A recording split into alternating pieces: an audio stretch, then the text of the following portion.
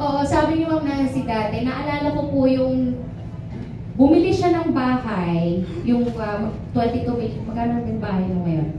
30 million na pala ang value ngayon. Yung 30 million na bahay ni Ma'am Nancy, nung actual na lumipat siya, hindi na siya ganun ka-excited. Alam niyo kung bakit? Tanong niyo kung bakit? Bakit? Kasi na-excite na siya 5 years ago nung ini-imagine niya yung bahay ngayon.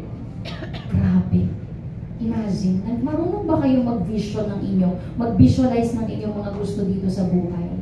Yes! Kasi ako lahat talaga ng inimagine ko nangyayari. Sobra. Simulan nyo na rin kung practice yung ganyan. Yun, tanda-tanda ko sinabi ni Ma'am Nancy, nung actual na lumipat siya dun sa bahay niya, hindi na kasing excited nung 5 years ago, nung ini-imagine niya pa lang yung dream house niya. Kasi nakita niya, alam niya na mangyayari talaga. Yun nga, eksakto, 30 million worth million. Diba? Grabe. Pag ganitong oras talaga, wala na pong aircon. Oo. Tiis-tiis din pag may time. O yan. So anyway, sabi ni Sir Aris, hindi ko naman talaga priority na mag-priority ng topic. Si Ate Malu, makulit eh. Kahapon ako sinabihan ng priority daw po topic ko, wala na akong time. Hindi ko priority yan. Priority ko humataw. Wednesday, kahapon, whole day din ako sa to. Kaya kanina, ayan. Anyway, ano ba yung priority? Sobrang iksi na lang po nito. I know, inip na kayo at gutom na.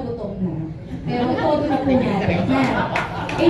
Priority, ano ba meaning ng priority sa dictionary? The fact or condition of being regarded or treated as more important. More important. Mas mahalaga. Tama? Yes. O ayan. So dapat alam po natin. Ayan, dapat first step to success is knowing your priorities. Ang tanong ko, ano ba yung mga priorities nyo ngayon dito? Sa buhay, ano po yung mga priorities ninyo? Pwedeng sumagot? Pwede. No! Ano? Ano ba mga priorities nyo sa buhay? Yumaman! Yes! Yumaman talaga lahat? Yes! Priority kong yumaman. Yung medyo, sabihin na natin ano muna, unti-unti, yung makatotohanan. Ano po?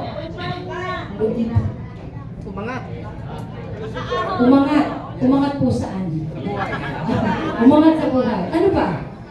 Ano ba mga priorities nyo sa buhay? Makabayad ng utang. Ayan, sige, sample na natin yung makabayad ng utang, di ba? Magkano po ba yung utang na to? I'm sure hindi yan 300,000 pataas, no? Mas mababa. Tama ba? 130. Oo. Kung priority mo is malinis muna yung utang, ayan, dapat doon naka-align yung utak mo, yung katawan mo, doon sa priority mo na yon. Tama po ba? Yes. Oo. At dapat po, ayan, isusulat natin yung mga papaano mo malilinis yung utang. Tama po ba? Yes. Oo, dapat kasi pag meron tayong priorities, alam natin kung papaano natin i-execute yun. Dapat naka-align yung utak mo, yung katawan mo, galaw mo, lahat naka-align dun sa priority mo. Nakukuha po ba? Yes. Kaya ako, dati priority ko talaga, mapaahon yung nanay ko. Yun lang ang focus ko. Eh, hindi mo na ako bumili ng mga laptop, wala mo na akong binili mga luho-luho. Kasi ang priority ko, mabilhan ng bahay yung nanay ko. Dahil may target date ako, dahil sabi niya, bago ka mag-asawa. Nakukuha? Yes. Ayoko naman magpakatanda ng 50 para makapag-asawa. So, syempre, pinilisan ko. Diba? Yes. So, inalign ko yung katawan ko doon sa gusto kong mangyari na yun, which is, mabigyan ng bahay yung nanay ko bago ko mag-asawa. May target date ako. Okay? So, paano yun? Kailangan kong kumita. Paano po kumita sa First Vital Plus? Paano kumita? Anong kailangan? Dapat meron kang? Malaking grupo, tama? O, paano ba magkaroon ng malaking grupo? Dapat? Nag-invite. Alam mo naman pala. O, para magkaroon ng malaking kita, kailangan may malaking grupo. At para magkaroon ng malaking grupo, kailangan may hindi lang invite. Dapat pay-in. Kasi pag invite lang, wala naman sumali. Hindi rin lalaki grupo nyo. Tama ba? So, dapat specific lahat yan yung pagpaplano. Nakukuha po ba? Yes. O, yan. Choose which tasks are important. O, halimbawa, sa pagpapalaki ng grupo, ano ba priority? Mag-meeting, mag-update ng grupo, prospecting, set O halimbawa, ngayon, priority mo ngayong araw na to, simpleng-simple, umattend ng CISEL. Bakit? Bakit ka kailangan umattend ng CISEL? Para maragdagan ang kaalaman. Para madagdag ang kaalaman. May nakita ako mga CIN nagpe-pay-in sa baba. Pero ang priority, umattend ng CISEL. Nung nagpaalam yan sa bahay, attend ako ng CISEL kasi gusto kong madagdag ang kaalaman. Bakit madadagdag ang kaalaman? Para dumami alam ko, para alam ko kung paano i-handle ng tama ang negosyo ko, para magawa ko ng tama, mas mabilis, lumaki agad grupo ko. Pero hanggang sa baba, nakikipag-chismisan. Ano yung priority mo ba talaga? Makipag-chismisan o umattend ng CISEL? Nakakaintindihan? Yes! Pero hindi lahat nandito. Pero ang paalam sa bahay, attend ng CISEL. Nandun sa baba, nagbibilang ng ano doon, kachismisan. Nakakaintindihan? Yes! Pero tapos nakafocus ka doon. Nakakaintindihan po ba? Yes! Tapos, ayan, stick to your schedule. Dapat pag may sinet kayo, halimbawa may pamiting ka, whatever it takes, umulan, bumagyo, dapat gawin nyo yun. May talk ka, nag-set ka ng schedule dahil binigay mo oras mo sa mga leader mo. O magtatalk tayo kasi the more na marami tayo dito to, mas marami ang chance na mapalaki ang grupo. O, tapos last minute magka-cancel ka, sumakit lang ang konti ang tiyan mo, ay nagdahilan na, patay. Pag empleyado, diba, kahit anong sakit ng katawan, di ba tinitiis? Kasi magagalit si boss pag absent, walang sweldo. Walang kukunti yung chance na ma-promote. Kukunti yung chance na mag-increase ang sweldo. Pag pangit ang record sa kumpanya, tama? Nagtataka lang ako dyan. Pag empleyado, ganyan, nawawala yung mga dahilan. Pero nung lumipat sa Vita Plus, lahat ng dahilan, sumakit lang ng konti yung ingron, ayaw na lumabas ng bahay. Tinaman lang ng konti, patayin na, ayaw na, kinancel na yung talk. Paano ko nung araw na yun, doon mo pala magmamimit yung agila mo. Sayang. Nagkakaintindihan? Know your priorities. Dapat mag-commit ka sa priorities mo. Doon sa pinalano nyo. Tama? Pag may to kayo, sumipot ka kahit anong sitwasyon. Nalala ko na may kwento si Sir Aris. Si Sir Aris nga, nagbuwis na ng buhay eh. Nagtoto, nasa ospital yung anak niya. Grabe. Ganun ka committed. Naiintindihan niyo po ba? Kayo po, willing ba kayo mag-sacrifice para sa mga pangarap niyo? Yes! Willing po ba talaga? Yes! Mababait naman talaga pag ganitong event eh, no? Lahat naman talaga, yes, apply eh. Lahat willing gumawa. Pero pagdating ng katawan, wala, hindi naman lahat nag-i-invite. Pasensya na po kapatan lang. Kasi lahat tayo, baliw ngayon. Dapat after nito, na-power ka, i-empower mo mga leader mo. Yes! Yung mga hindi nakarating dito, tawagan mo mamaya, ikwento nyo mga nangyari dito. Yung pangit ha, yung magaganda. Sabi nyo, ay kaganda ng mga speaker. Lalo na yung emeritus. Diyos ko. Baka Diyosa. O lalo na yung platinum din. Sinamahan ka ng top 1 na network builder na Converse Vita Plus. Ang lulupin mo na may dating OFW. Kahit may edad na, kahit may nararamdaman, may health condition, humahato, tuloy-tuloy pa rin. Ini-inspire pa rin kayo. Tapos pagdating ng bahay, mamaya na naman, negative na naman. Patay na. May makausap lang isang leader na nega, patay na.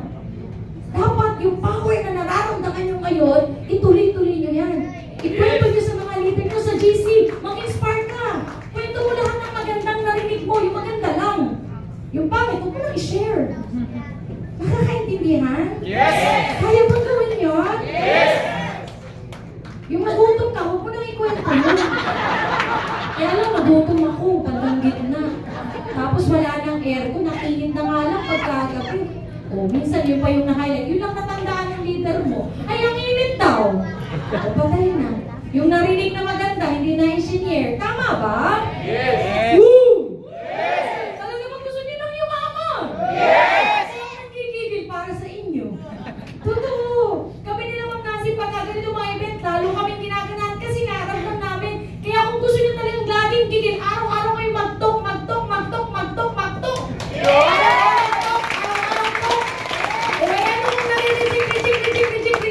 Siguro naman pag pang 1,000 may mag-yes na sa'yo.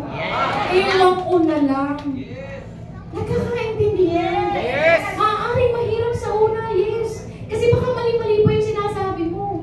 Katulad nung nakaraan, sabi sa akin nung isang Wednesday, avocado daw yung flavor. Sabi ko, walang avocado. Guyabano po, guyabano, melon. Avocado talaga yung sagot sa akin. Alam nila ano yan, na mga grupo ni Sir Arvis na nag-a-attend sa talk ko. Avocado, proud na proud pa siya. Oh, di ba? Kaya wala sumasali. Nagkakaintindihan? Tsaka dapat ito talaga, ito talaga. Numero 1, dapat gigil kayo. Yung parang totoo kayo, hindi kayo parang may sakit. Eh sabihin mo, pwede kayo kumita ng 300,000 dito, ikay na may titignan na naman mo hindi kumakain ng 1 linggo. Paano sasali sa'yo yung tao? Nagpapamiting ka, nag-i-inspire ka ng mga leaders mo, ni isang hopya, hindi mo mapakain ng hopya. Paano naman ma-i-inspire yan? Gutom na. Tapos gusto mo yaman pag-usapan nyo. Ni isang boting tubig, hindi mo mapainom yung leader mo. Ang turo sa akin na isang mentor ko, ano ba naman yung 20% ng income mo, iparamdam mo doon sa mga taong nagbibigay sa'yo ng mga. Tama?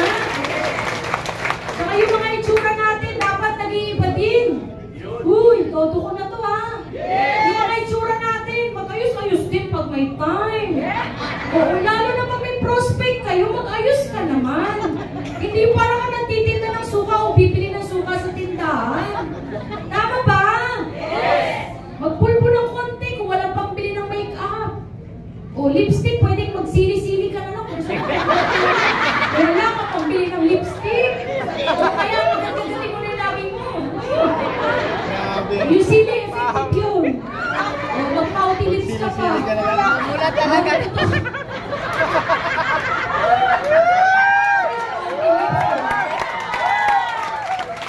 Ang point ko lang, ayos din pag may time. Kaya hanggang ngayon, wala sumasali. Eh hanggang ngayon, mukha pa rin tayo mahihirap. Tama ba? Yes! Alam niyo po yung mga kapitbahay niyo, kamag-anak niyo, inaabangan na lang na mag-quit ka dito. Huwag niyo silang pagbigyan. Yes! Dapat laban lang. Yes! Pero dapat may ginagawa rin kayo para sa paglaban. Eh, hindi puro salita lang, laban lang, wala kang ginagawa. Anong laban ang hanap mo? Diba? Puro naman kasi kayo motivation ng ganyan. Eh, dapat gawa din. Lahat kayo motivator na sa GC. Lahat nagsasend ng quotation. Hindi naman niya ginagawa yung sinesend niya. Stay positive. Ikaw naman pag wala na sa GC, chismis ginagawa.